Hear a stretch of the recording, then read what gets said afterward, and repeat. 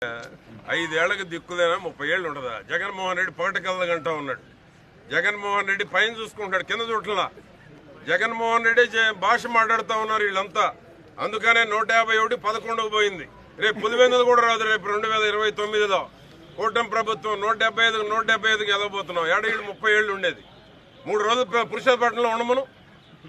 3 రోజులు పురుషోత్పట్నంలో ఉండమంటున్నాను నేను. పురుషోత్పట్నంలో ఉండు నువ్వు 5 ఏళ్ళు. ప్రజలకు ఒక నమ్మకం కలుగుద్ది.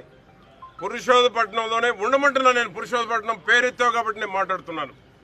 పురుషోత్పట్నంలో నువ్వు ఉండి రాజకీయాలు చేయి. సమస్యలను ఎదుర్కొనే సత్తా లేదు.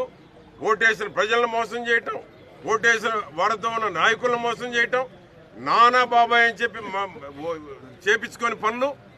నానేమయ్యాడు? బాబాయ్ ఏమయ్యాడు నాన్న? ఈ విధంగా మాటలు చెప్పి నమ్మించి కదిలితే బీసీనే మహిళ అంటది. ఒక బీసీ చేసే పనులు, ఒక మహిళ చేసే పనులు నువ్వు చేసావు 5 ఏళ్ళు. ఒక బీసీలు చేసే పని, ఒక బీసీలు అంటే గౌరవం సమాజంలో ఎవరికైనా. బీసీలను అందరూ ప్రేమిస్తారు, మహిళలను అందరూ ప్రేమిస్తారు. నీకు అర్హత లేదని నేను మాట్లాడుతూ ఉన్నాను. బీసీ అనే అర్హత లేదు, మహిళ అనే అర్హత లేదు. బీసీలు మహిళలు చేసే పనులు నువ్వు చేయలేదు.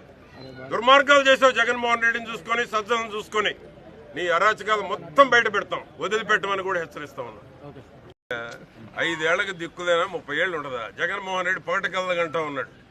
జగన్మోహన్ రెడ్డి పైన చూసుకుంటాడు, కింద చూట్లా. జగన్మోహన్ రెడ్డి భాష మాట్లాడుతూ ఉన్నారు వీళ్ళంతా. అందుకనే 151 11కు పోయింది. రేపు పులివెందులు కూడా రాదు. రేపు 2029లో కూటమి ప్రభుత్వం 175కి వెళ్ళబోతున్నాం. ఏడేళ్ళు 30 ఏళ్ళు ఉండేది. 3 రోజులు పురుషోత్పట్నంలో ఉండమను. 3 రోజులు పురుషోత్పట్నంలో ఉండమంటున్నాను నేను. పురుషోత్పట్నంలో ఉండు నువ్వు 5 ఏళ్ళు. ప్రజలకు ఒక నమ్మకం కలుగుద్ది. పురుషోత్పట్నంలోనే ఉండమంటున్నా నేను. పురుషోత్పట్నం పేరెత్తావు కాబట్టి నేను మాట్లాడుతున్నాను. పురుషోత్పట్నంలో నువ్వు ఉండి రాజకీయాలు చేయి. సమస్యలను ఎదుర్కొనే సత్తా లేదు. ఓటేసిన ప్రజలను మోసం చేయటం, ఓటేసిన వారితో ఉన్న నాయకులను మోసం చేయటం, నానా బాబాయ్ అని చెప్పి చేపించుకొని పనులు. నానేమయ్యాడు? బాబాయ్ ఏమయ్యాడు నాన్న?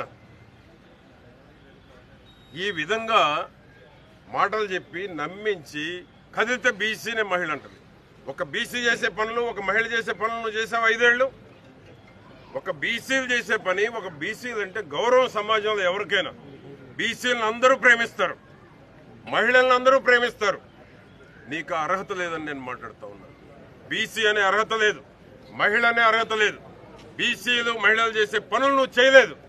దుర్మార్గాలు చేసావు. జగన్మోహన్ రెడ్డిని చూసుకొని, సజ్జలను చూసుకొని నీ అరాచకాలు మొత్తం బయట పెడతాం. వదిలిపెట్టమని కూడా హెచ్చరిస్తా ఉన్నా.